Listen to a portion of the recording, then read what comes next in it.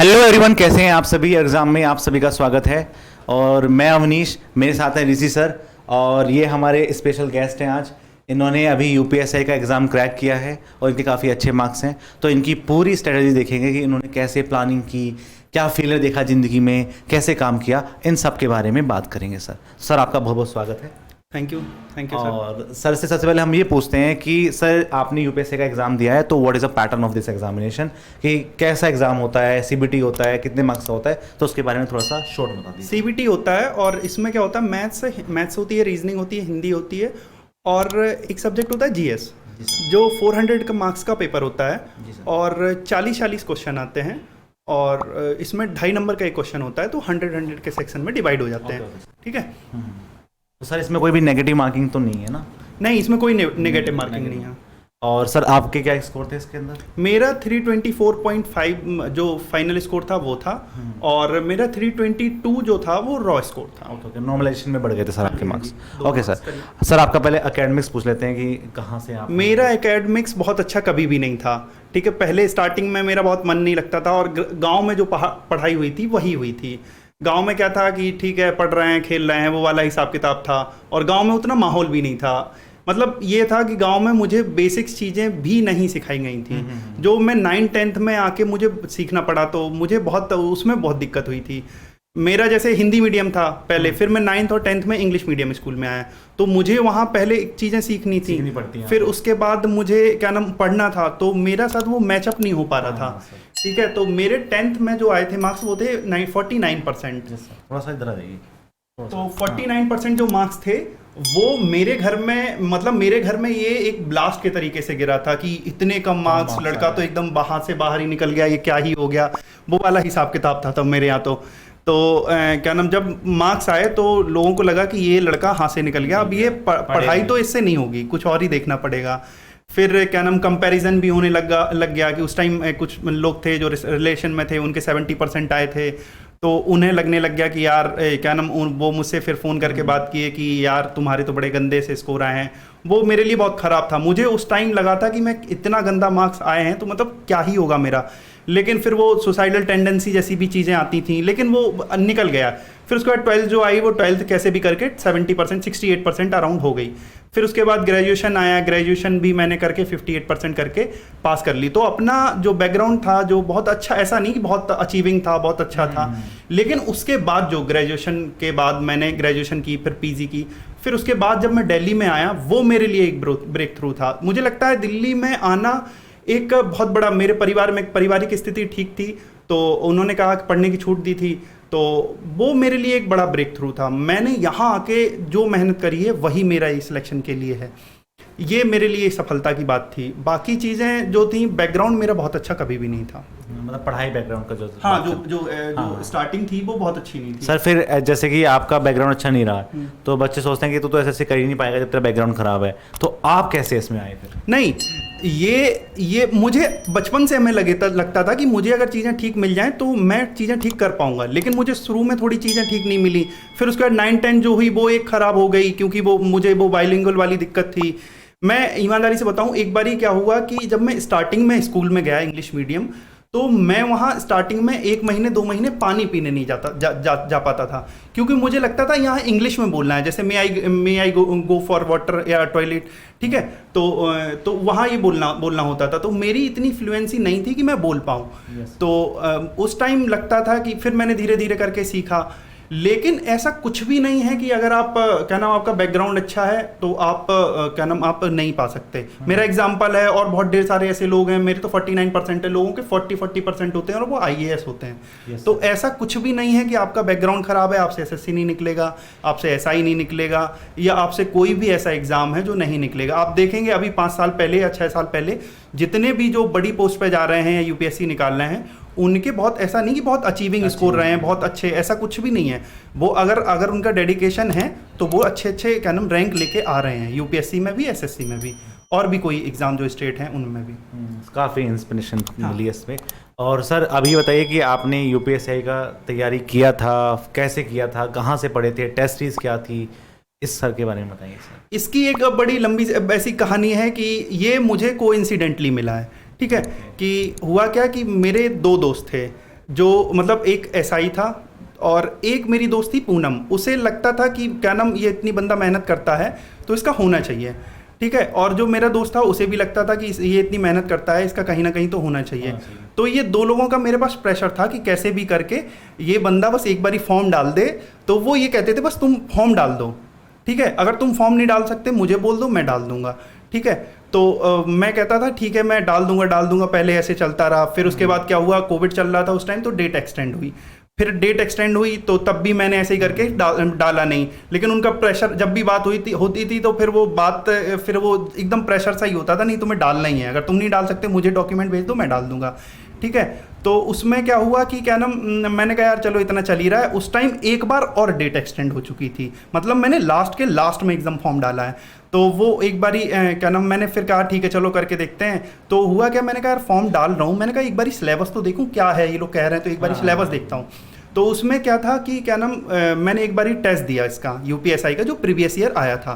तो उसमें क्या था, कट ऑफ थी, जनरल की कट ऑफ थी 251। और जब मैंने मॉक दिया, मैंने कहा एक बारी चेक करते हैं अपने आप को, तो मैंने मॉक दिया, मेरे आए थे 267 या 278 ऐसा कुछ मार्क्स आए थे। तो मुझे लगा कि हाँ यार कर लूँगा, और चूंकि घर की परिस्थिति को देखते हुए और चीज़ें देखते हुए तो मुझे भी लगा कि यार मैं कर सकता हूँ ये ईजिली। फिर मैंने कहा एक रनिंग वाला इशू है, तो मैंने कहा ये करके देखते हैं। तो फिर मैं अगले दिन अपने गांव में, उस टाइम कोविड वाला पीरियड था, तो मैं अपने गांव में गया। अपने गांव में मैं रनिंग करने के लिए कोशिश किया, तो मैं 500 या 700 मीटर, मुझे याद है मैं पहली बार दौड़ पाया था, जबकि 4800 मतलब 4800 मीटर की जो रनिंग थी। लेकिन मुझे ये लगा था कि अगर मैं प्रैक्टिस कर लूँगा, कितना भी होगा, अभी 6 महीने तो नहीं होना है, लेकिन मुझे ये लगा था कि अगर मैं रनिंग की प्रैक्टिस कर लूँगा तो ये नौकरी मेरे लिए पक्की है। और मेरा दोस्त था तो मैंने उसका एक अपने हिसाब से जलवा भी देखा था, या ये समझ लो कि उसका देखा था कि जब उसकी नौकरी हुई थी तो बड़ी अच्छी चीज़ें हुई थी। तो वो लोगों का क्रेज देखा था कि यार वो बात करते थे इस बारे में कि वो ऐसा ही है, ये है। तो मुझे लगा कि यार हाँ ये एक चीज़ है। फिर मैंने रनिंग का, मैंने कहा ये मैं कर लूँगा। फिर मैंने मॉक भी देख लिया। तो फिर मैंने अगले दिन, जो मेरा एक दोस्त यहाँ दिल्ली में था, उसका नाम सोनू है, उसने मेरा फॉर्म डाला। मैंने उससे कहा उसकी फ़ोन डाल दो भाई, मैं तो घर पे हूँ, मेरे पास लैपटॉप भी नहीं था उस टाइम। तो उसने मेरा फॉर्म डाला, और वो ऐसे करके एकदम लास्ट जो फेज़ था, मतलब 3 बार डेट एक्सटेंड हो चुकी थी, अगर कोविड नहीं होता तो मैं फॉर्म भी नहीं डालता वो।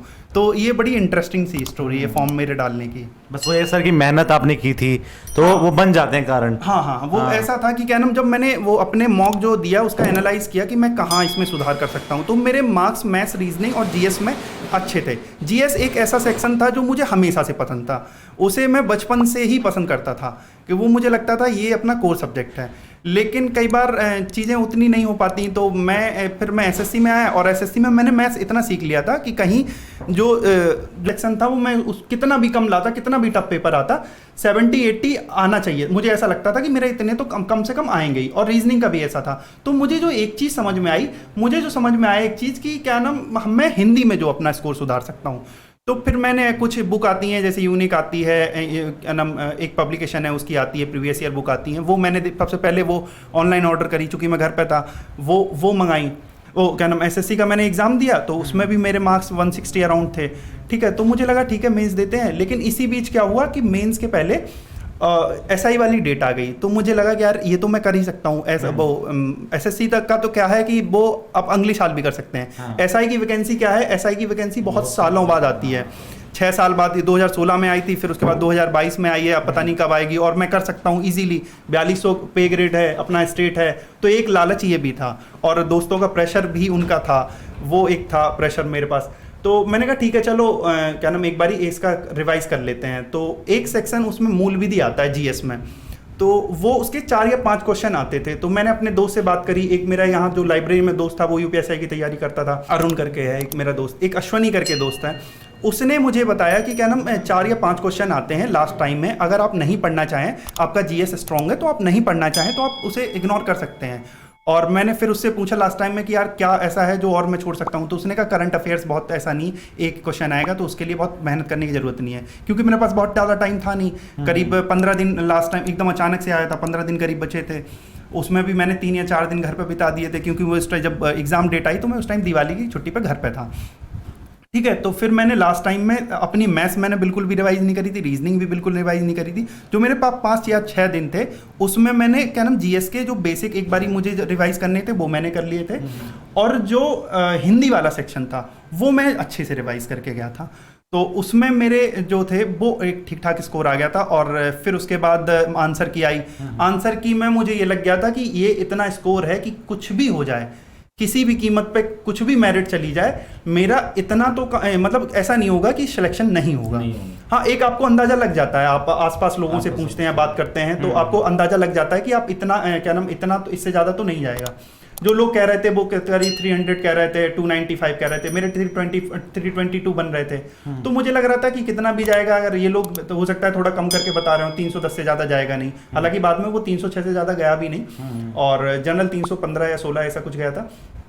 तो मुझे लग रहा था कि ये क्या नाम इतना हो जाएगा। फिर आई रनिंग की बारी। तो रनिंग का क्या था कि मैं साथ में एसआई की मैंने प्रिपरेशन छोड़ी थी, लेकिन रनिंग नहीं छोड़ी थी, क्योंकि मुझे लगता मैं यहाँ भी आके, यहाँ पास में एक ग्राउंड था, तो वहाँ भी मैं कम से कम कोशिश करता था 3 किलोमीटर 4 किलोमीटर धीरे धीरे करके मैंने वो करी थी। जब मैंने बताया ना शुरू में 500 मीटर मैंने 700 मीटर की थी, लेकिन मैं उसमें रेगुलर था। जैसे मैं पढ़ाई में अपना एक रेगुलर था, वैसे उसमें मेरी रेगुलरिटी थी, क्योंकि मुझे पता था रनिंग अगर मैंने कर ली तो नौकरी मेरी पक्की है, श्योर है ना।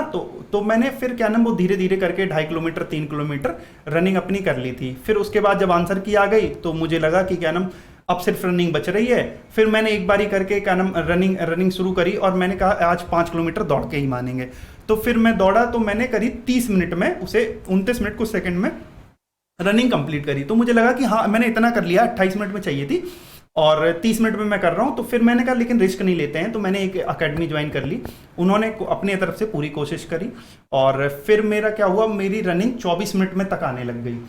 फिर क्या हुआ कि एग्जामिनेशन परफॉर्मेंस एक प्रेशर होता है, वो कई बार बहुत खतरनाक होता है आपके लिए। जब आपको लगता है ना कि नौकरी बस इसी वजह से पीछे छूट सकती है, तो आप थोड़ा सा परफॉर्मेंस प्रेशर आपके पास आ जाता है, एंजाइटी आपके पास आ जाती है। वो एक ऐसा समय था वो मेरे लिए, जब रनिंग मेरी आई, और उसके 5 या 6 दिन या 10 दिन 15 दिन पहले का समय रनिंग जब मेरी आई, वो मेरे लिए इतना ज़्यादा था कि मेरे लिए वो बहुत टफ टाइम था मेरे लिए। जो पूरे प्रिपरेशन के दौरान जो सबसे टफ टाइम था वो था, क्योंकि मुझे ये लग रहा था कि अगर मेरी रनिंग नहीं हुई, जबकि मेरी 24 मिनट 25 मिनट 26 मिनट में रनिंग आ रही थी, एक्सट्रीम वेदर कंडीशन में भी मैंने दोपहर में 1 बजे 2 बजे और शाम को 4 बजे भी दौड़ के देख लिया था, मेरी 25-26 मिनट में मई के महीने में मेरी रनिंग आ रही थी। लेकिन मैं फिर भी डर गया, और उसकी डर की वजह से मुझे थोड़ा सा नर्वसनेस और एंजाइटी थी। तो उसकी वजह से क्या हुआ, मेरी रनिंग और ख़राब हुई। मेरी रनिंग एक टाइम ये हुआ, पेपर के 5 या 6 दिन पहले जब मैंने रनिंग मारी, लगातार 3 दिन 28 मिनट से बाहर आई। वो मेरे लिए टफेस्ट था। फिर मैंने अपने भाई, जो मेरे भाई हैं वो बनारस में जॉब करते हैं, फिर मैंने उनसे बात करी कि कहीं ऐसा ना हो गड़बड़ हो जाए। तो उनके पास एक्सपीरियंस है, मुझसे बड़े हैं, तो उन्होंने बताया कि नहीं कैसे हैंडल करते हैं ये सब चीज़। और एक मेरे मित्र थे पुष्पिंदर, वो यहाँ नहीं रहते थे, पहले रहते थे।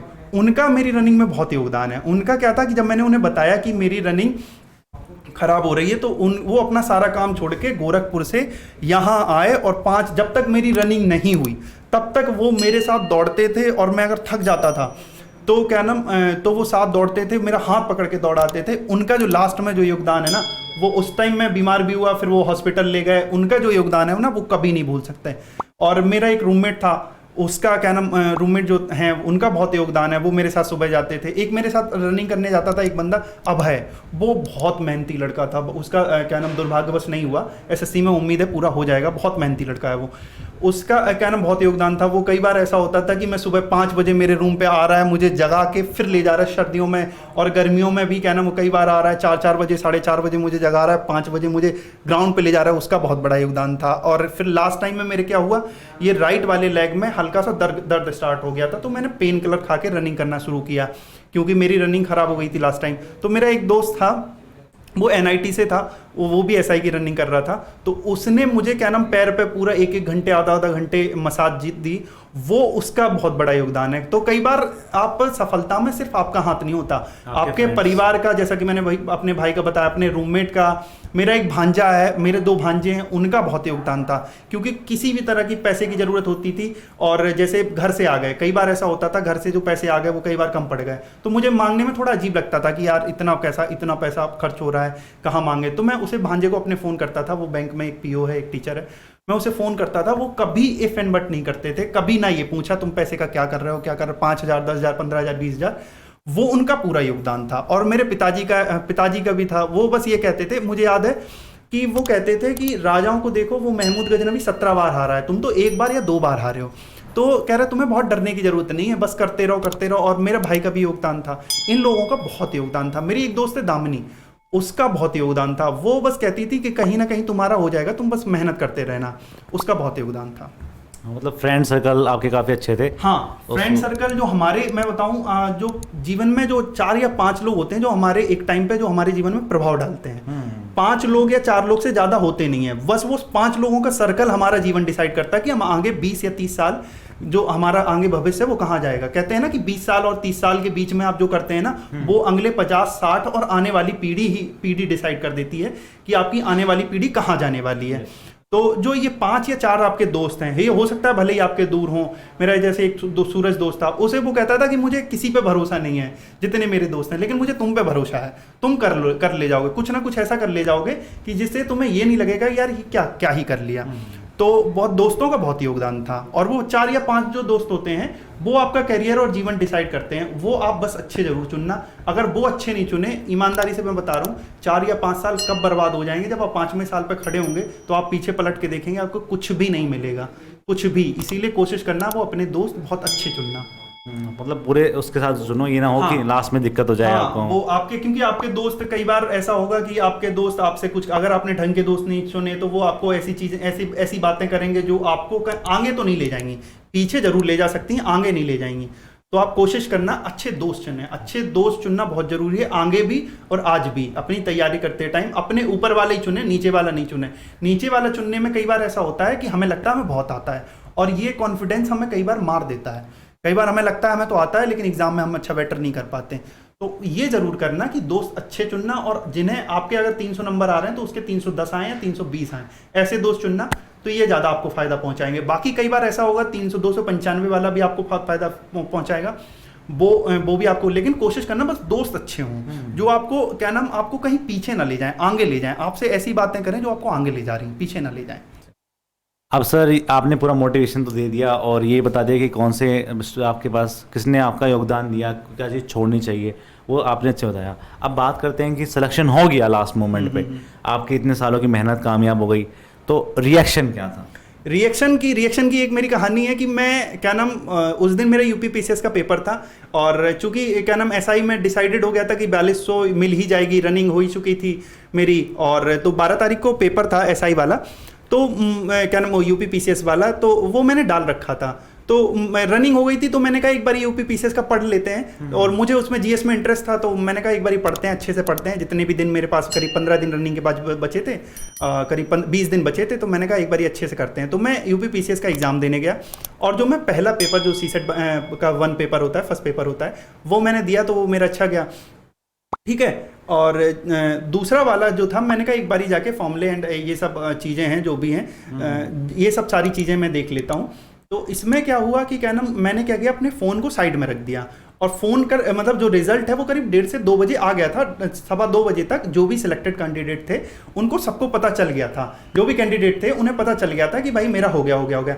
लेकिन मुझे ये था कि मैंने फ़ोन साइड में रख दिया था, तो मैं वो उस टाइम लास्ट पढ़ा और मैंने फ़ोन चेक नहीं करा। फिर मैंने फ़ोन बैग में जमा करवा दिया, और उसके बाद मैं अंदर चला गया। 4:30 या 4 बजे करीब मैं जब बाहर निकला, तो मेरे फ़ोन में 29 मिस्ड कॉल्स थी। तो मैंने जब देखा, मुझे लगा यार कुछ तो गड़बड़ हो गया, मतलब कुछ तो बड़ा हुआ है, या तो वो नेगेटिव साइड है या पॉजिटिव साइड है, ठीक है। तो मैंने देखा जिसमें मेरे पापा का फ़ोन था, मेरे भाई का फ़ोन था, भाभी का फ़ोन था, सिस्टर्स का फ़ोन था, भांजे का फ़ोन था, सब ऐसे थे, एकदम घर के फ़ोन थे, जो बिल्कुल जिगरी दोस्त थे उनका फ़ोन था। फिर मैंने कॉल किसी को नहीं करी, मैंने अपने एक बार व्हाट्सएप चेक करा, मैंने कहा ऐसा हुआ क्या है। तो मैंने देखा, तो मेरे भांजे का जो था वो उसमें स्क्रीनशॉट था, उसमें लिखा था नाम ऋषि कुमार, और मेरा रोल नंबर था, मुझे याद था। तो उसने पूछा मामा यही रोल नंबर है क्या आपका? तो मैंने उसे देखा, मैंने कहा हाँ। उसे मैंने मैसेज डाला हाँ। फिर मैंने जो बात करना शुरू की है, सबसे पहले मैंने पिताजी को बताया, अपने ताऊजी को बताया। पिताजी का जो रिएक्शन था वो बहुत अच्छा था, मतलब मैं सुना तो मतलब एकदम बहुत खुशी हो गया। सबसे पहले तो मैं एकदम पहले पिताजी से बात करते टाइम वहाँ बैठ गया, मतलब मुझे लगा कि ये बड़ी चीज़ हुई है मेरे जीवन में, इतना संघर्ष जो था वो बढ़ रहा है। पिताजी से बात की, उनसे भी बात करने के बाद ऐसा लगा कि हाँ, मैंने जो मेहनत करी है वो कहीं ना कहीं, पिताजी से बात करने के बाद लगा कि यार मेहनत कहीं ना कहीं सफल तो हुई है। फिर उसके बाद मैंने ताऊजी को बताया, तो ताऊजी मेरे उस टाइम उत्तराखंड में घूमने गए थे, तो उनसे बात नहीं हो पाई। फिर मैंने भैया को बताया, भैया को बताया तो उनसे भी जब बात हुई तो लगा कि हाँ उन्हें भी बहुत अच्छा लगा, और बहुत अच्छा जो रिस्पॉन्स था ना उनका, कि यार वो चीज़ें जो रिस्पॉन्स था ना वो सच बता रहे, वो बताया नहीं जा सकता। वो रिस्पॉन्स में वहाँ बैठे बैठे जो अपने परिवार के लोगों से बात किया ना, मेरी आंखों में उस टाइम आंसू आ गए थे कि यार कि मतलब जो घर वालों का रिस्पॉन्स बहुत ही कमाल का था, वो यहाँ बताया नहीं जा सकता। कुछ चीज़ें जी जा सकती हैं, बताई नहीं जा सकती। फिर मैंने अपनी भाभी से बात करी, अपनी सिस्टर से बात करी, अपने जो मेरे करीबी दोस्त थे जैसा दामिनी थी, और जो पूनम और ऋषि जो मेरे दोस्त थे जिन्होंने ज़बरदस्ती करके फॉर्म डलवाया था, उनसे बात हुई। तो वो सच में इतने खुश थे कि मतलब वो नहीं देखा, मतलब बहुत ही खुश थे वो। मेरे रूममेट से बात हुई, जो पुष्पेंद्र भाई जो रनिंग में मेरे जो जिन्होंने हेल्प करी थी, जो गोरखपुर से यहाँ दिल्ली आए थे सिर्फ मेरी रनिंग कराने के लिए, उनसे बात हुई। उनका रिस्पांस मैंने देखा वो बहुत ही ओवरवेलमिंग था। मतलब बिल्कुल ऐसा लग रहा था मैंने कि मतलब बहुत ही कुछ, मतलब इनके लिए मुझे ऐसा नहीं लग रहा था कि मैंने ये कहना नौकरी पा ली तो बहुत कुछ अचीव कर लिया, ऐसा कुछ नहीं लग रहा था। जो उनके चेहरे की खुशी थी, जो उनके बात करने का लहजा था, तरीका था, वो मुझे लग रहा था कि वो बहुत गूजबम्प्स देने वाला था। वो बहुत मतलब ओवरवेलमिंग था कि उनका रिस्पॉन्स जो था ना बहुत ही कमाल का था। उनका जैसे पिताजी का मैंने बताया, भाई का बताया, अपनी भाभी का रिएक्शन, मेरी बहनों का रिएक्शन था।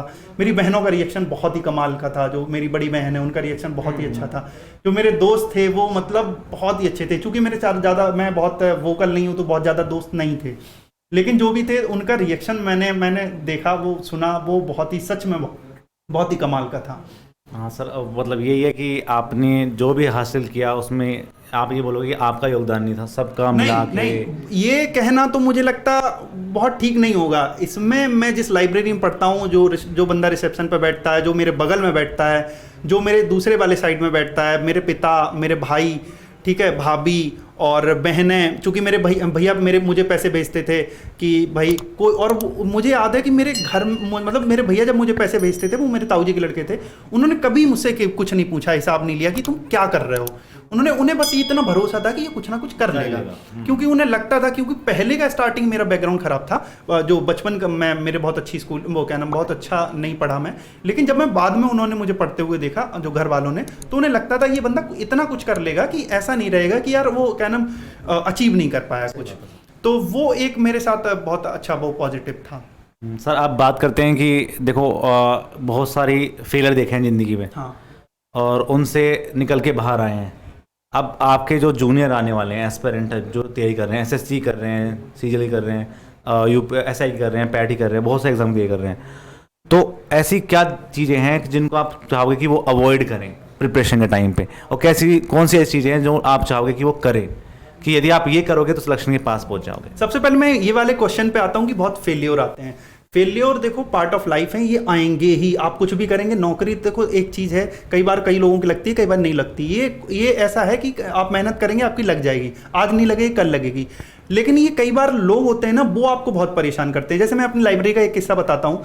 मेरा जब मैं 2018 का डीवी दे के आया, सब कुछ आया, टाइपिंग डीवी दे के आया, डॉक्यूमेंट वेरिफिकेशन करवा के आया, और 19 में जब मेरा पेपर क्या नाम, उसमें क्या होता है, टफ होता है, कई बार होता है टफ शिफ्ट आ जाती है, कई बार इजी शिफ्ट आ जाती है, ठीक है। तो मेरी टफेस्ट शिफ्ट थी, और मुझे लगा कि मैं जब बाहर निकला तो मुझे लगा यार मैं तो वहाँ डीवी डॉक्यूमेंट वेरिफिकेशन करवा के आया हूँ, और इतना टफ पेपर, ये तो सारा सेटर हो गया। मुझे तो लग रहा था इस बार मैं सेलेक्ट हो जाऊँगा, और मैं तो बिल्कुल भी नहीं हूँ।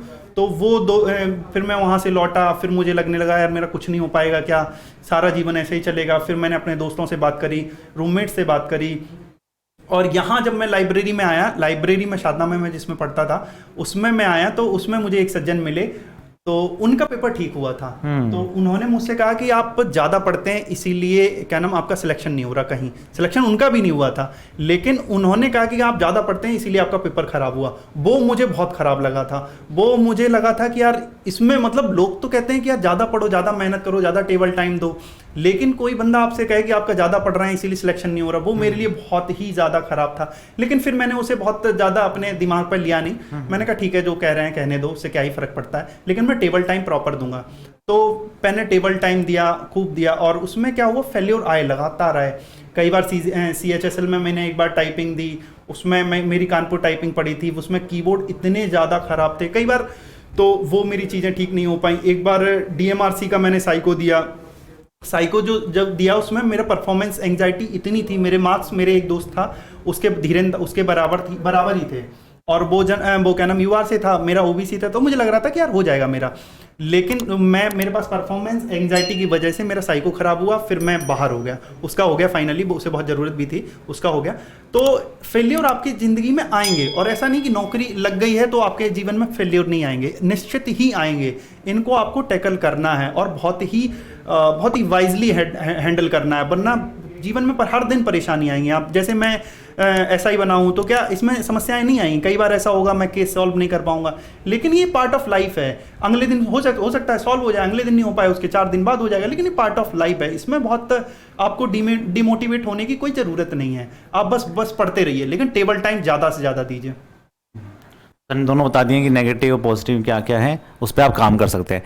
अब सर हमारे साथ जुड़े हुए हैं एग्जाम ऑफिशियल पे, तो सर आप क्या पढ़ाने वाले हैं वहाँ पे? मैं जनरल अवेयरनेस वाला जो सेक्शन है वो मैं आपको पढ़ाऊंगा, और मैं पूरी कोशिश करूंगा, अपना पूरा जो मैंने अपनी पूरी मेहनत लगाई है, मैं पूरी कोशिश करूंगा आपको बहुत अच्छे से पढ़ाऊं। 10 नंबर का वो सेक्शन है, आउट ऑफ 100 10 नंबर में मैं कोशिश करूंगा आपको 9 से 10 मार्क्स दिलवाऊं। जितनी पूरी मेहनत है मैं आपको लगा दूंगा, जाने से पहले मैं पूरा आपका तैयार करवा के जाऊँगा, ठीक है। और आप एवर एग्ज़ाम जो चैनल है उसे आप सब्सक्राइब कर लीजिए, उसके टेलीग्राम चैनल पर भी जुड़ लीजिए, ताकि आपको जो अपडेट्स हैं वो मिलती रहें, और बाकी जो सर हैं वो डिटेल आपको बता ही देंगे। सर जितने अभी यहाँ हैं इनके अभी ज्वाइनिंग आने वाली है, उससे पहले सर ने बोला है कि मैं जितना कुछ पढ़ा हूँ उसको जो भी सिलेक्ट मिलेगा उसको बेस्ट तरीके से आपको पढ़ाऊँगा। और काफ़ी मोटिवेशनल मिला है, मोटिवेशनल थिंग्स उन्होंने बताई है, और काफ़ी मोटिवेट किया है हमें भी, और जो आप सब देख रहे होंगे आप भी मोटिवेट हुए होंगे। कोई भी आपके डाउट्स हैं, कोई भी आपके कमेंट्स हैं जो सर आप पूछना चाहते हैं सर से कि कहाँ से क्या पढ़ा है, वो सर के कमेंट सेक्शन के अंदर आप लिख देना, और दोबारा से हम सर को फिर परेशान करेंगे बिल्कुल वीडियो बनाने के लिए। तब तक के लिए बाय बाय, जय हिंद, जय भारत। जय हिंद।